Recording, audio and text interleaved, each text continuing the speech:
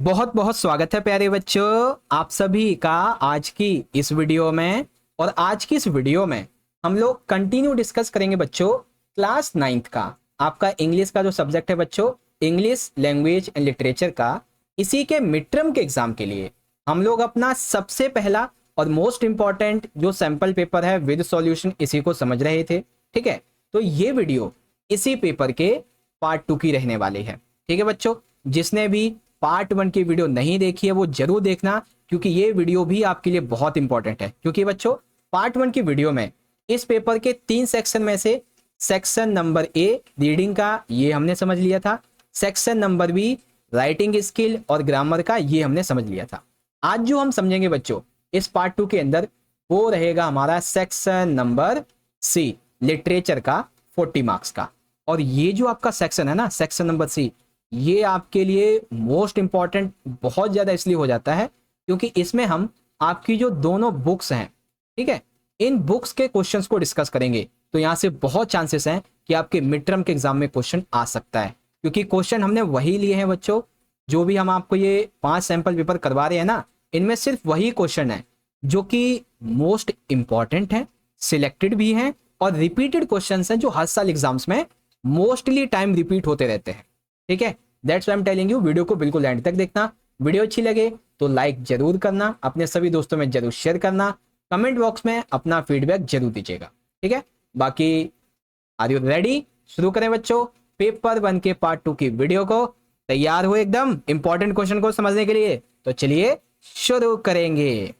देखिए बच्चों, एक बार मैं आपको पिछली वीडियो का थोड़ा सा यहाँ पे आपको रिमाइंड करवा देता हूँ। देखो सेक्शन बी था हमारा, ठीक है, ये तो आपको दिखाई दिया। सेक्शन बी के अंदर हमने पैराग्राफ किया था, पैराग्राफ राइटिंग कैसे होती है, सारे पैराग्राफ को कैसे राइट आपको करना है, ये मैंने आपको बहुत अच्छे से बताया था। ठीक है, फिर सेकंड क्वेश्चन हमने किया था कि आपको जो है एक स्टोरी लिखनी थी जो इनकम्प्लीट है इसको कंप्लीट करके। ठीक है, और सेकेंड आपको डायरी एंट्री करनी थी, तो ये भी मैंने आपको बताई है बहुत अच्छे से। ठीक है, ये देखो आपकी स्टोरी हो गई और ये डायरी एंट्री हो गई। इसके अलावा कुछ रिपोर्टेड स्पीच थी, ये भी मैंने आपको बताई अच्छे से। फिलिंग ब्लैंक्स थे, करेक्ट इनकरेक्ट सेंटेंस थे, सब कुछ आपको मैंने बताया है। इसीलिए मैं कह रहा हूं बच्चों कि अगर आप में से किसी ने भी पार्ट 1 का वीडियो नहीं देखा है तो जरूर से देखना, लिंक डिस्क्रिप्शन में और आई बटन में मिल जाएगा। ओके, अब हम शुरुआत करते हैं बच्चों आज के इस इंपॉर्टेंट सेशन की। तो यहाँ पे बच्चों देख सकते हैं आज के इस पेपर का सबसे important section, section number C literature का, वो यहां से शुरू हो चुका है, जो कि हमारा टोटल 40 मार्क्स का रहेगा। यानी कि 80 में से आपके 40 नंबर जो है ना आपकी बिहाइव और मूवमेंट की जो बुक है इसी में से आने वाले। तो क्वेश्चन आंसर आपके लिए समझना बहुत ज्यादा जरूरी है। ठीक है, तो चलो देखते हैं बच्चों। देखिए सबसे पहला हमारा जो क्वेश्चन है, क्वेश्चन 8, इसमें कहा गया है कि attempt anyone from A and B. ठीक है, ए एंड बी क्या है बच्चों कि read the following extracts carefully and answer the questions that follow 5 marks का। तो आपका ये जो 8 का पहला वाला ए रहेगा, ये आपकी जो बिहाई वाली बुक है इसके चैप्टर से लिया जाएगा 5 मार्क्स का, जिसमें कुछ क्वेश्चन आपके एमसीक्यू बेस्ड रहेंगे और एक आधा क्वेश्चन 1 मार्क्स का रहेगा। ठीक है, फिर इसी में आपको बी दे दिया जाएगा, यानी कि अथवा, दैट मीन्स कि आपको अगर ऊपर वाला नहीं आता है तो आप नीचे वाला कर सकते हैं। और ये बी जो रहेगा ये आपकी जो मोमेंट्स वाली किताब है इसके चैप्टर से रहेगा। ठीक है, तो ये हो गया आपका यहाँ पे कंप्लीट इस तरीके से। तो चलो बच्चों अब हम इसे पढ़ते हैं और अच्छे से समझते हैं कि किसमें क्या क्या कहा गया है। ठीक है, देखिए 8वें का ए क्या दिया गया है कि he was around little man with a red face and a whole box of tools with a dials and wires. यानी कि वह लाल चेहरे वाले छोटे आदमी के इर्द गिर्द खड़े हुए थे, उनके पास में डायल और तारों से भरा हुआ एक औजार का पूरा डिब्बा कह लो, सूटकेस कह लो। ठीक है, ही स्माइल्ड एट मार्गी, उन्होंने मार्गी की तरफ देखा और वो मुस्कुराए। And give her an apple, और उन्होंने और उसने किसने जो टीचर थे उन्होंने मार्गी को एक एप्पल दिया। Then took the teacher apart, और टीचर्स को अलग किया। ठीक है, अब यहाँ पे बात किसकी हो रही है? उसके टीचर की और मार्गी की।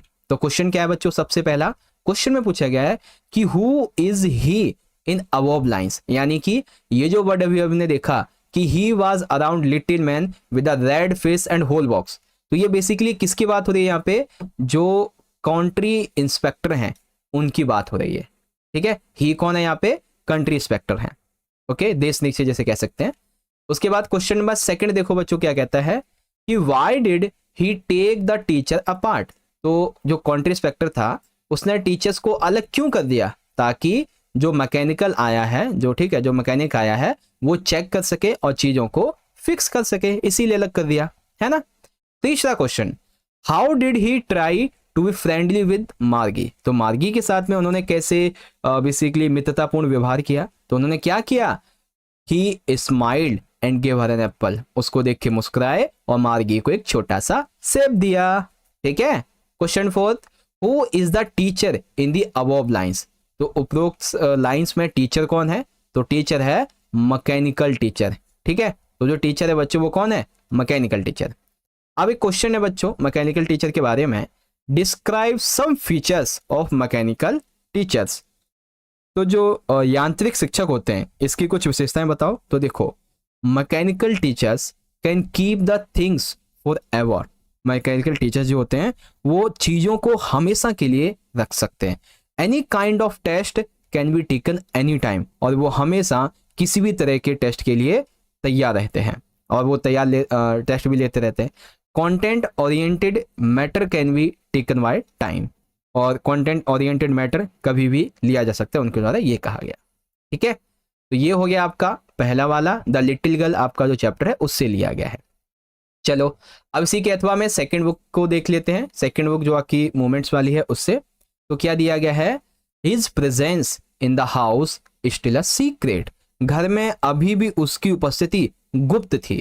टोटो was now transfer to a big cage in servants quarters where a number of grandfather's pets lived very successfully together a tortoise। यानी कि टोटो को जो था अब नौकरों के क्वार्टर में एक बड़े पिंजरे में स्थानांतरित कर दिया गया, ठीक है, जहां दादाजी के और भी कई सारे पालतू जानवर रहा करते थे, ठीक है, जैसे कि अ पेयर ऑफ रैबिट्स, जैसे कि एक कछुआ हो गया, ठीक है, अ टाइम स्क्विल एक उसकी जोड़ी हो गई, एंड फॉर अ वाइल, ठीक है, मे पेट गॉट, इसके अलावा उसकी पालतू बकरी हो गई, गिलहरी वगैरह, ये सभी रहा करते थे। अब क्वेश्चंस देखते हैं बच्चों क्या होंगे, बहुत ही आसान आसान से क्वेश्चन है।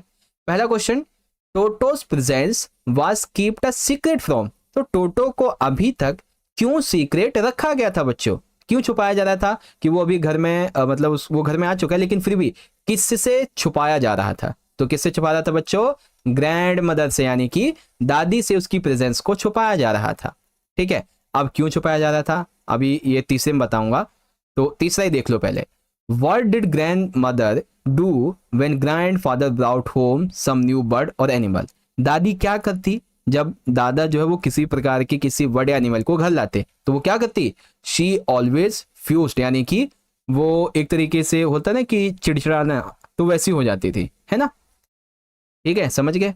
सेकंड क्वेश्चन कि to keep his presence a secret Toto was transfer to. तो टोटो को सीक्रेट रखने के लिए उसको कहां पे ट्रांसफर किया था बच्चों, द सर्वेंट क्वार्टर, नौकर के क्वार्टर में, ठीक है।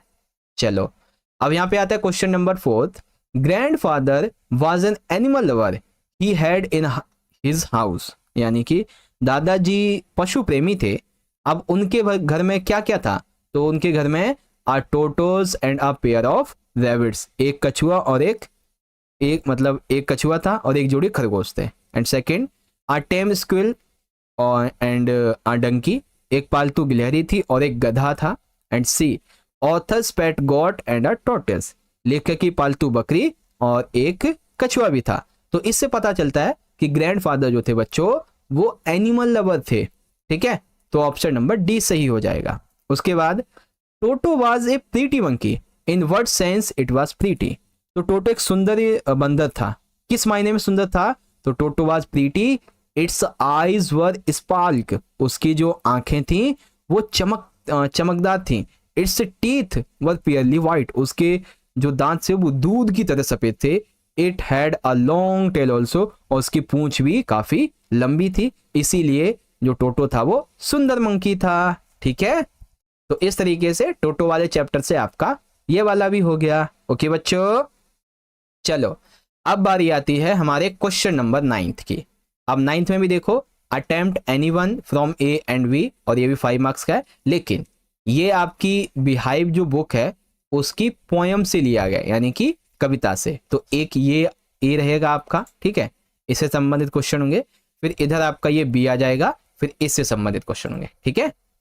चलो देख लेते हैं एक बार कैसे कैसे क्वेश्चन आने वाले हैं। तो क्वेश्चन करने से पहले सबसे पहले तो हम पढ़ेंगे कि इसमें पोयम में मतलब इस स्टैंजा में बताया क्या गया है, ठीक है। तो देखो, and both that morning equally ले, और सुबह दोनों समान रूप से लेटे हुए थे। In leaves no step had trodden black, पत्तों में कोई कदम काला सा नहीं पड़ा था। ओहो, I keep the first for another day, yet knowing how we leads on the way, I doubted if I should ever come back.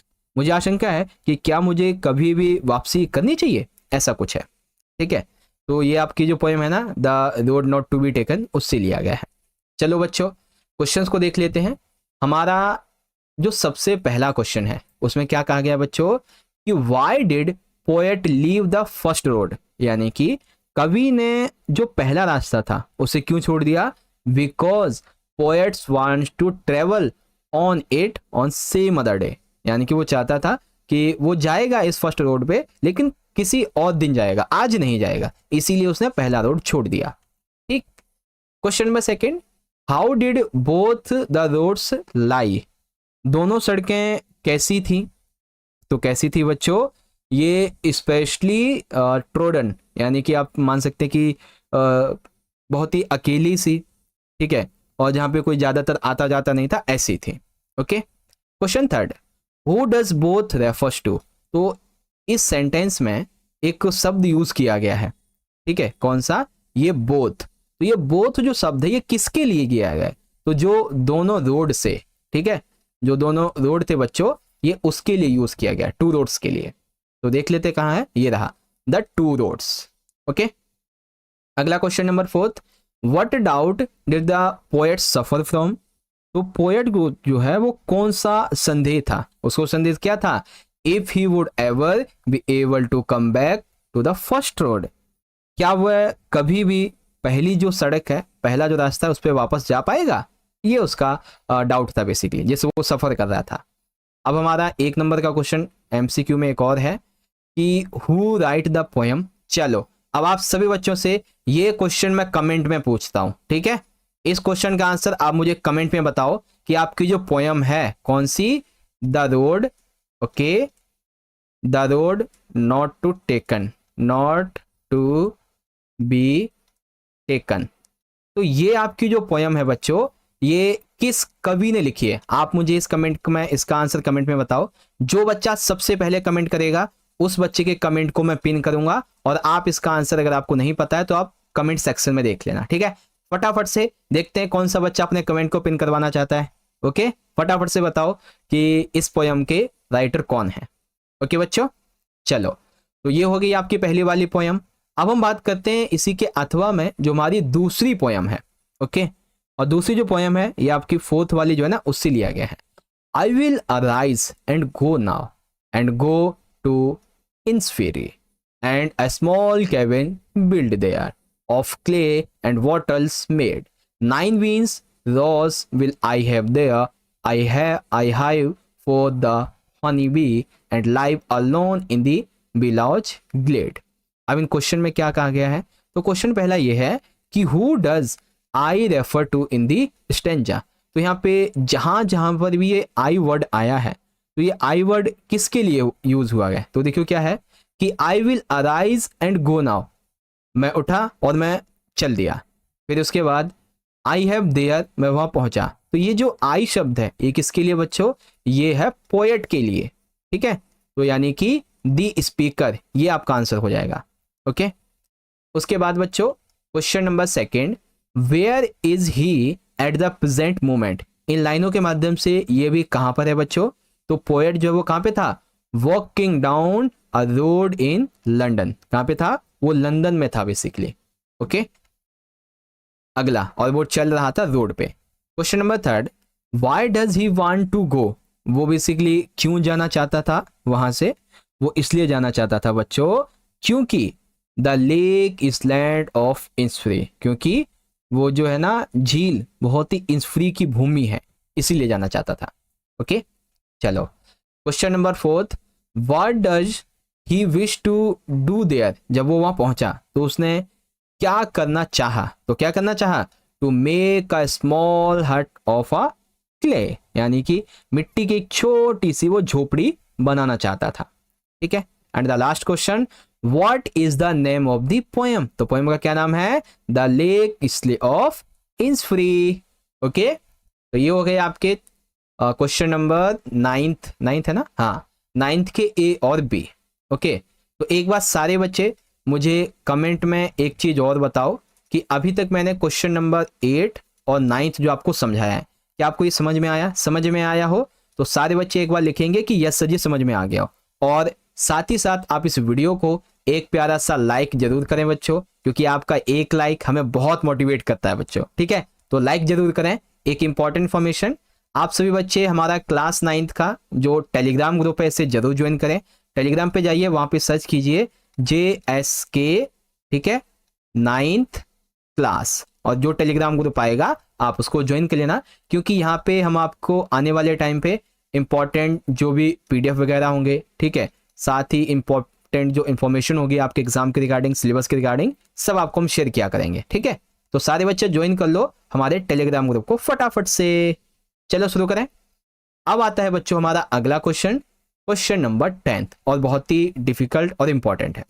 10th में कहा गया है कि answer any 4 of the following 5 questions in 40 to 50 words, 3 marks के 4 हैं, यानी कि यहाँ पे आपको 5 क्वेश्चन दिए गए हैं, इनमें से किन्हीं 4 को आपको अटेम्प्ट करना है, और ये सभी क्वेश्चन 3-3 नंबर के हैं आपके।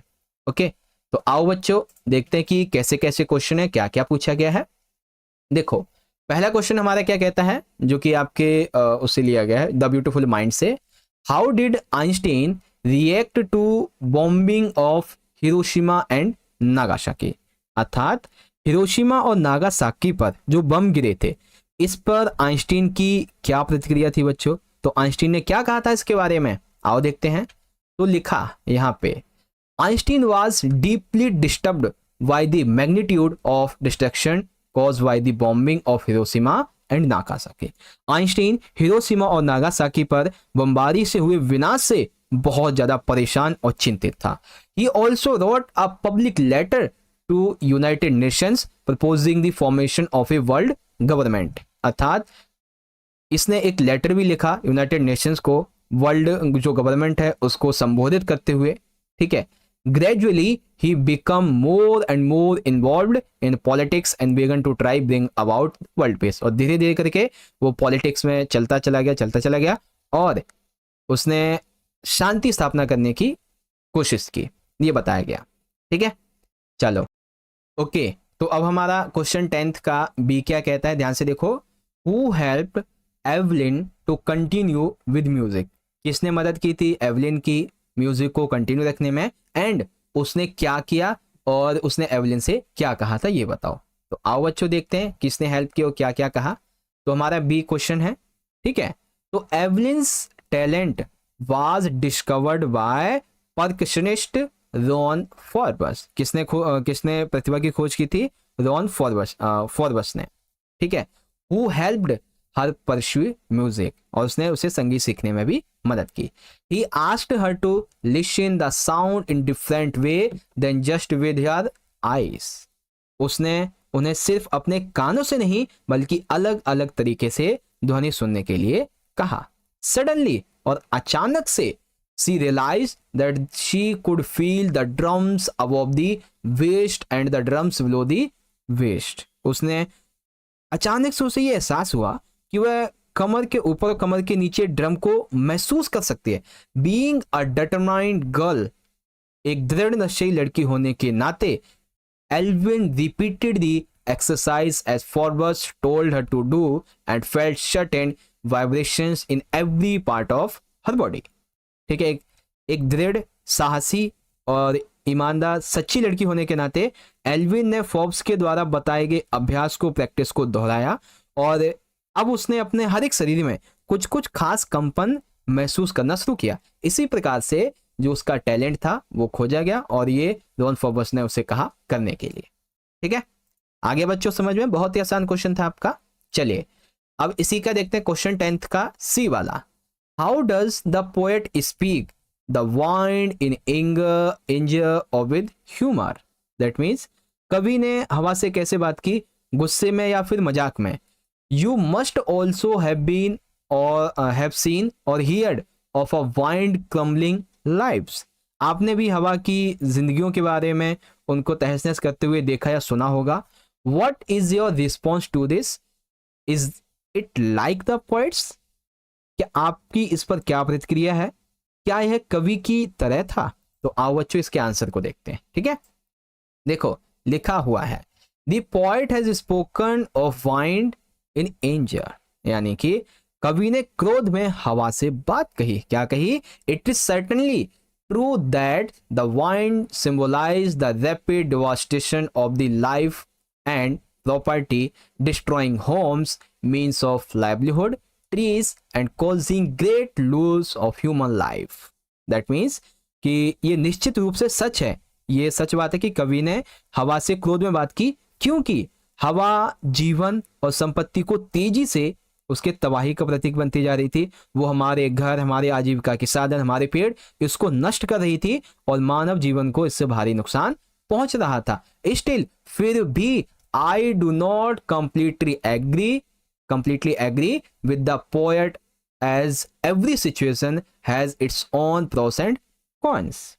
दैट मीन्स फिर भी मैं कवि से पूरी तरीके से सहमत नहीं हूं, क्योंकि हर स्थिति में अपने फायदे और नुकसान तो होते ही हैं।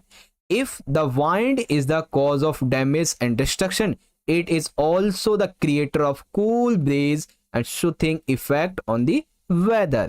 एक तरफ अगर हवा नुकसान और विनाश का कारण बनती है, तो दूसरी तरफ यही ठंडी हवा मौसम को सुखदायक बनाती है। ठीक है, तो मैं पोएट से बिल्कुल भी सहमत नहीं हूं, क्योंकि हवा के भी दो रुख होते हैं।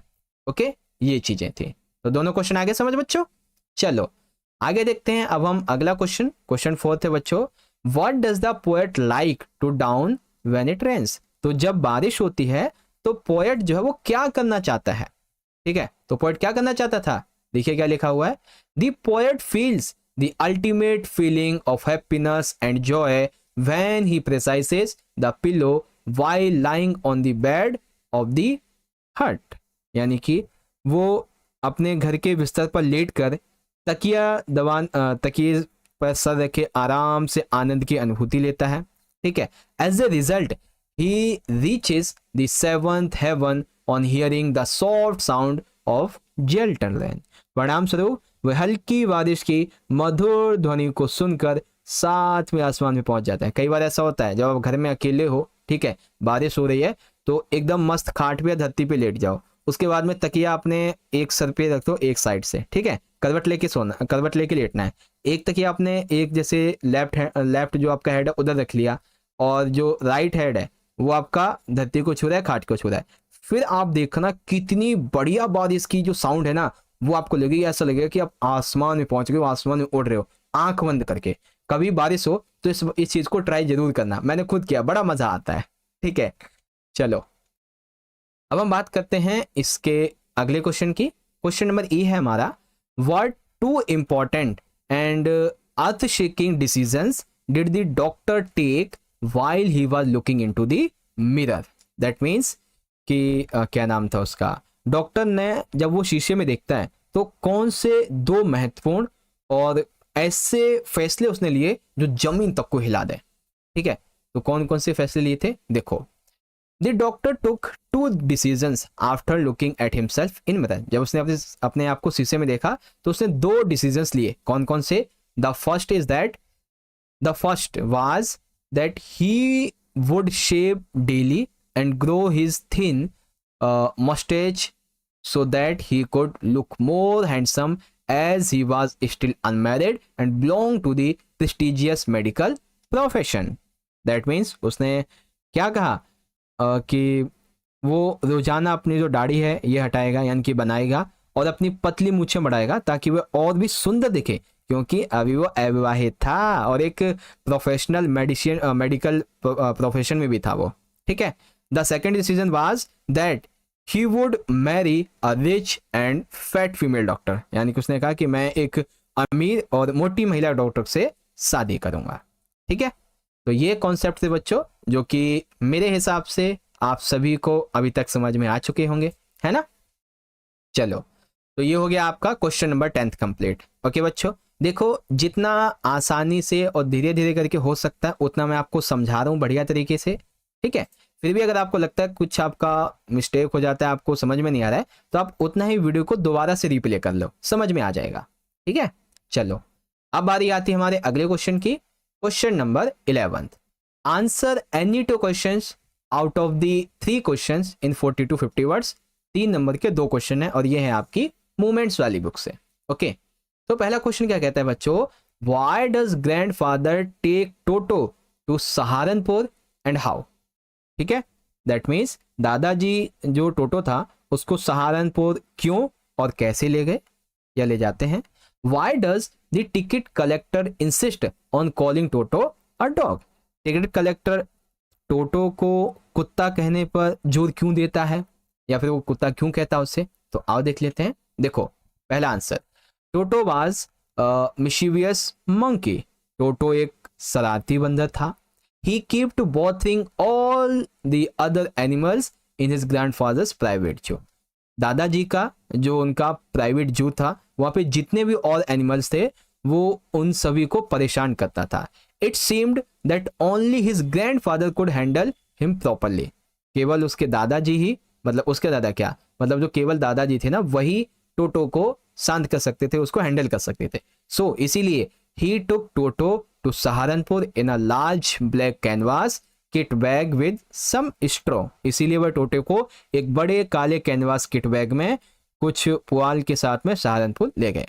The ticket collector instead on calling Toto a dog, मतलब कि क्या नाम है, टिकट कलेक्टर ने टोटो को कुत्ता कहने पे जो उसलिए दिया क्योंकि he only charged for dogs on the train and Toto was probably about the same size as a dog. वो उसने क्यों कहा बंदर को कुत्ता, इसलिए कहा क्योंकि वो अपनी ट्रेन में केवल और केवल कुत्तों का ही चार्ज कर सकता था और वो उसी के जितना आकार में दिख रहा था इसीलिए। ठीक है, तो ये हो गया आपका क्वेश्चन का आंसर बच्चों। देखो बहुत आसानी से आपको मैं समझा रहा हूं। ठीक है, अब बी वाला क्या कहता है कि how does Iswaran describe the uprooted tree on the highway. That means Iswaran highway पर जो उजड़े हुए पेड़ थे, उखड़े हुए पेड़, इनका वर्णन कैसे करते हैं। What effect does he want to create in his listeners, यानी कि वो अपने श्रोताओं पर इसका क्या प्रभाव डालना चाहते थे ये उजड़े हुए पेड़ों के बारे में। चलो बताते हैं आपको क्या कह रहे थे। देखो बी वाला क्या कहता है, इसको ऊपर करते हैं एक बार। देखो, Iswaran was greatly influenced by Tamil writers. Iswaran Tamil लेखों से बहुत ज्यादा प्रभावित थे। He had a knack for creating suspense, उसे सस्पेंस बनाने का बहुत ही हुनर था। He had the ability to narrate even the smallest of events in an impressive manner. वह छोटी से छोटी घटना को भी एक बड़े ही प्रभावशाली बयान से, मतलब प्रभावशाली तरीके से उसको बयान करने की क्षमता रखता है।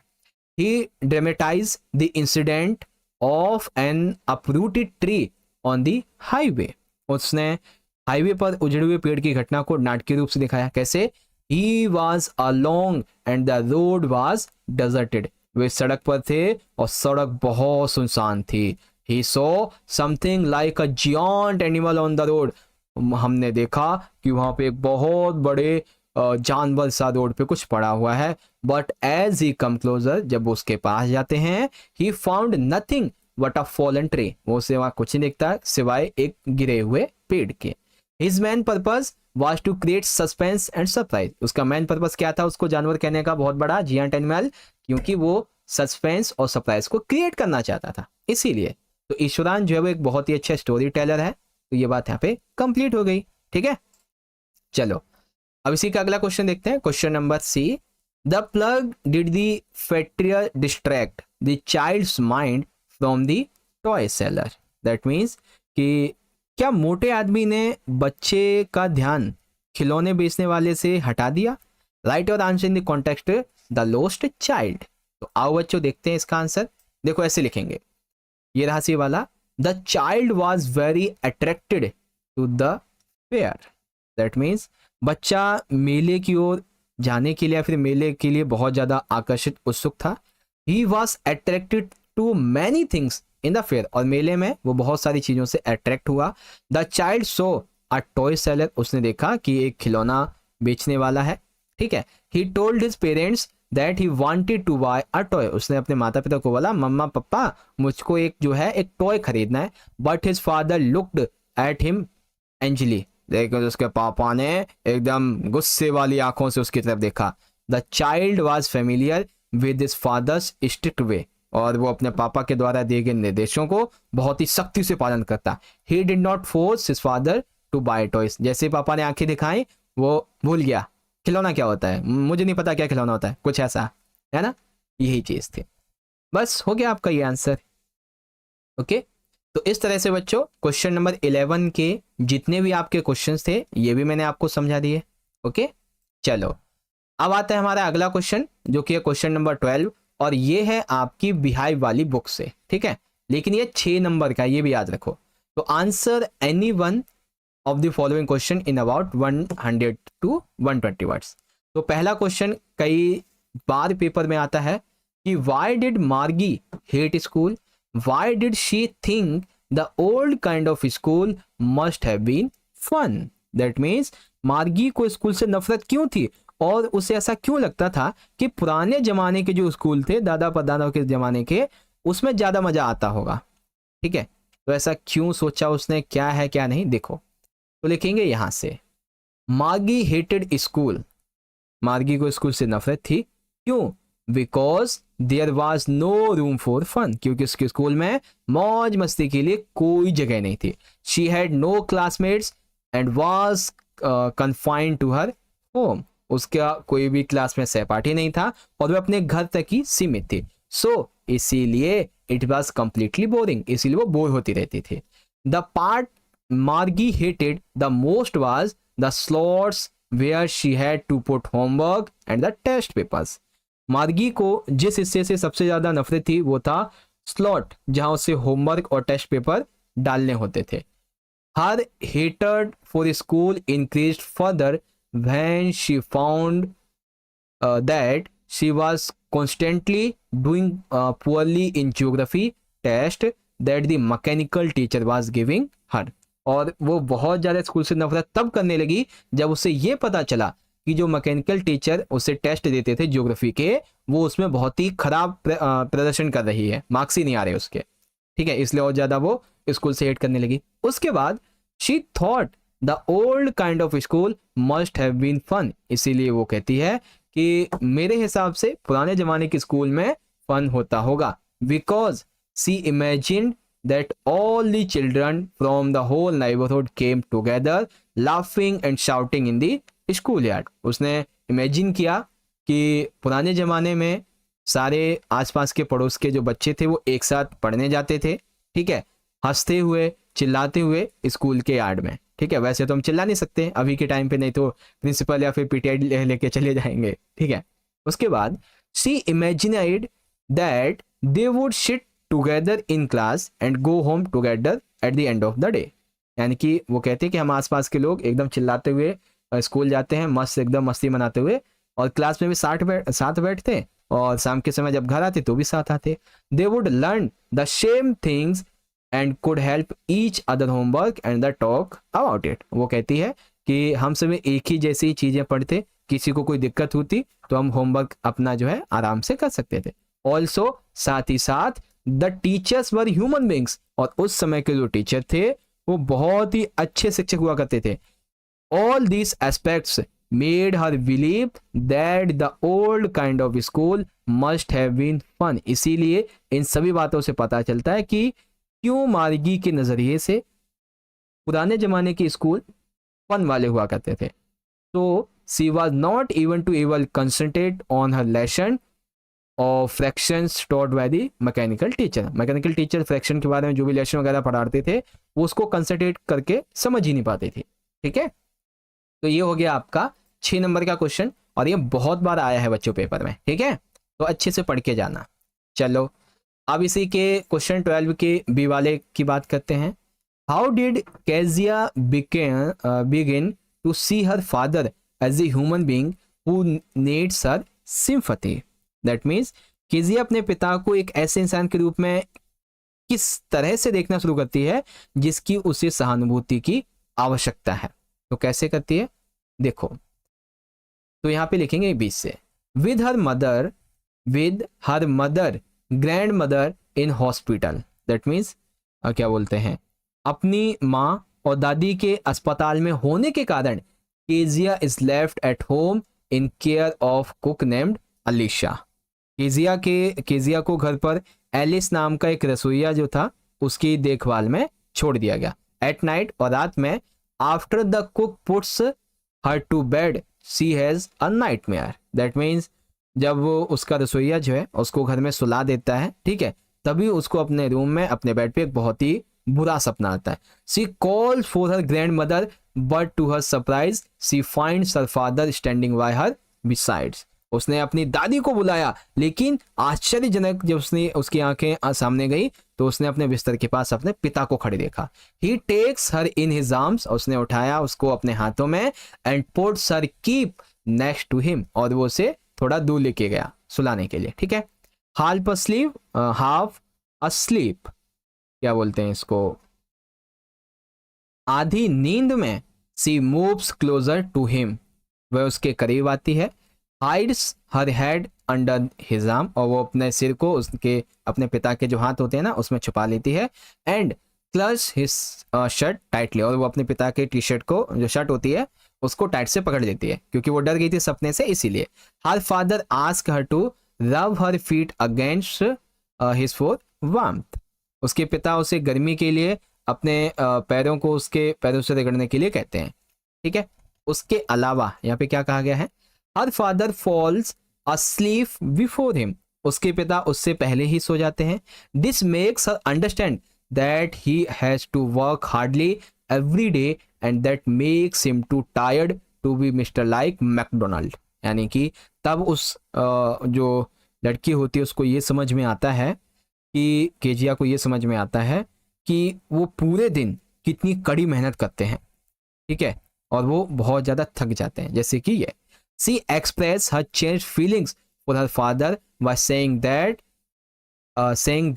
he has a big heart। पहले वो कहती थी उनके बहुत बड़े हाथ हैं, बहुत बड़ा उनका चेहरा है, इसलिए वो डरती थी। लेकिन आज जब उसको बुरा सपना आया, उसके पापा ने उसके साथ में ऐसा व्यवहार किया, तब आज उसने उस वर्ड को छोड़ के कौन सा वर्ड अपनाया, बिग हार्ट, बड़े दिल वाले पिताजी, ठीक है, बहुत अच्छे पिताजी, इस तरह से, ठीक है बच्चों। तो ये वाला क्वेश्चन भी हो गया आपका अच्छे तरीके से। क्वेश्चन 12 देखो बच्चों, अगर आपको समझ में आ रहा है अच्छे तरीके से तो सारे बच्चे कमेंट में मुझे फटाफट से लिख के बोलो कि यस सर जी, जो आप हमें समझा रहे हो वो अच्छे से समझ में हमको आ रहा है, ठीक है। फटाफट कमेंट में बताओ ताकि पता चल जाए कि आपको समझ आया कि नहीं, ठीक है। चलो अब इस वीडियो का सबसे आखिरी क्वेश्चन देखते हैं, ठीक है। तो क्वेश्चन 13 क्या कहता है कि answer any one question of the following in about 100 to 120 words, और ये भी 6 मार्क्स का है। तो चलिए बच्चों देखते हैं। सबसे पहला क्वेश्चन है, compare the attitude of child before and after his separation from his parents. That means कि माता पिता से अलग होने से पहले और उसके बाद में बच्चे की तुलना कीजिए। Right your answer in the context of the lost child. Okay, तो इस चैप्टर के हिसाब से हमें इसका आंसर लिखना है। तो आओ लिखते हैं। सबसे पहला देखो क्या लिखा हुआ है कि before being separated from his parents the child was extremely happy. कहानी के अनुसार अपने माता पिता से अलग होने से पहले बच्चा बहुत ज्यादा खुश था। On his way to the fair he was fascinated by various aspects of nature that provide him with immense joy and happiness. मेले में जाते समय वह प्रकृति के विभिन्न पहलुओं को देखकर मोहित होता है, खुश होता है और उसे आनंद मिलता है। देयर वर इन नंबरेबल थिंग्स, ठीक है ना, ये 2 वर्ड हैं अलग अलग, innumerable. Okay, there was innumerable things that caught the attention of the little boy. मेले में घूमते समय बच्चे का ध्यान बहुत सारी अनगिनत चीजों की तरफ जाता है। While roaming around the fair, the presence of his parents made him feel safe। और वो पूरे मेले में जब घूम रहा होता है तो वो अपने माता पिता के पास साथ होता है तो वो सुरक्षित महसूस करता है अपने आप को। अनफॉर्चुनेटली यानी कि दुर्भाग्यवश the innocent child got lost in the fair. और दुर्भाग्यवश अचानक से ये बच्चा मेले में खो जाता है। As soon as he realize that he was separated from his parents, his cheerful and playful mood turned into anxiety and fear। वो जब बिछड़ने से पहले बहुत ज़्यादा खुश, बहुत ज़्यादा बेसिकली खेल कूद में मस्त था, लेकिन जैसे ही उसे इस बात का एहसास हुआ, रियलाइज हुआ कि वो अपने पेरेंट्स से सेपरेट यानी कि बिछड़ चुका है, खो चुका है, तो उसका ये खुशी, उसका ये खेल का मूड एंजाइटी, चिंता और डर में बदल गया। A kind person, ठीक है, क्या लिखा हुआ है? A kind person rescued him and tried to console him। That means एक दयालु व्यक्ति ने उसे बचाया, उसे सांत्वना देने की कोशिश की। होता है ना कि कई बार बच्चा खो जाता है तो हम उसे गोद में उठा के बोलते हैं, अरे बेटा टेंशन मत लो, हम है ना, हम आपके मम्मी पापा को ढूंढेंगे, चलो मेरे साथ, वो स्टेज है वहां से अनाउंस करेंगे, अपना नाम बताओ, मम्मी पापा का नाम बताओ, वो आ जाएंगे स्टेज पे, ले जाएंगे तो मैं, चिंता मत करो, है ना। तो ऐसा ही The child was crying inconsolably and his only concern was to find his parents। होता है भाई, जब छोटे बच्चे खो जाते हैं तो वो बहुत चिल्लाते, कुछ उन्हें समझ में नहीं आता है, वो सिर्फ ये कहते हैं बस मुझे मम्मी पापा मिल जाए। All the little things like toys, sweet, balloons that he really wanted to have become insignificant in his eyes in the absence of his parents। यानी कि बच्चे को जो खिलौने, जो मिठाइयाँ, जो बलून बहुत ज़्यादा पसंद थे और अब अगर वो व्यक्ति उन्हें दिला भी रहा है, वो कह रहा है ले लो, इससे थोड़ा सा अच्छा लगेगा, तो अब उनका कोई मतलब नहीं है जब तक उसके पेरेंट्स नहीं मिल जाते। He did not want to have any of the things that initially tempted him. वो नहीं चाहता था कि अभी उसे कुछ भी मिले। He just wanted to meet his parents. उसकी बस एक ही उम्मीद थी कि वो अपने माता पिता से मिल जाए। ठीक है, तो ये हो गया आपका आंसर यहाँ पे कंप्लीट। अब चलो आखिरी क्वेश्चन है 13 वाला, उसके बाद में ये वीडियो कंप्लीट होगी 5 मिनट के अंदर। How did Guru and his disciple, ठीक है, disciple become the king and the minister of the kingdom. That means क्या नाम था उसका, गुरु और उनका जो शिष्य था, ये राज्य के राजा और मंत्री कैसे बने। गुरु राजा बन गया और उसका शिष्य जो था वो मंत्री बन गया, कैसे। तो आओ देखते हैं बच्चों, ये रहा आपका पूरा आंसर। ठीक है, ध्यान से देखना बहुत अच्छे से।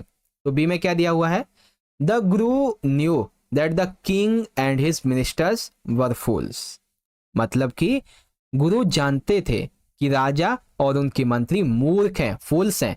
To save his disciple, that means क्या बोलते हैं, अपने शिष्य को बचाने के लिए the Guru made a plan. और गुरु ने एक प्लान बनाया। क्या बनाया, he said that the first person to given death penalty in the kingdom will become the king in next life and the second person to given death penalty will be the second।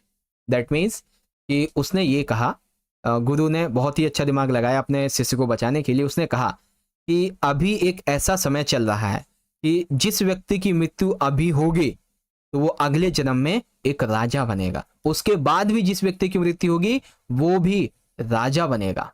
ठीक है, और जब ये सुनी बात king ने और minister ने, the king and his ministers were so naive that they gave themself death penalty to remain in power forever. इसीलिए राजा और उसके मंत्री इतने भोले थे कि उन्होंने सत्ता के लालच में आकर इतने बेवकूफ थे कि खुद को मौत की सजा दे डाली। सिंस, ठीक है, since there was no king in the kingdom the guru and disciple were the made the king and minister. अब जब न राजा रहा न मंत्री रहा तो राज्य हो गया खत्म, मतलब राज्य खाली पड़ गया, सिंहासन खाली पड़ गया। तो अब गुरु बन गया किंग और उसको जो शिष्य था वो बन गया मिनिस्टर। थस इस प्रकार से the Guru with his utmost skill and intelligence succeed in saving the life of his disciple and also got opportunity to become the king and minister of the king.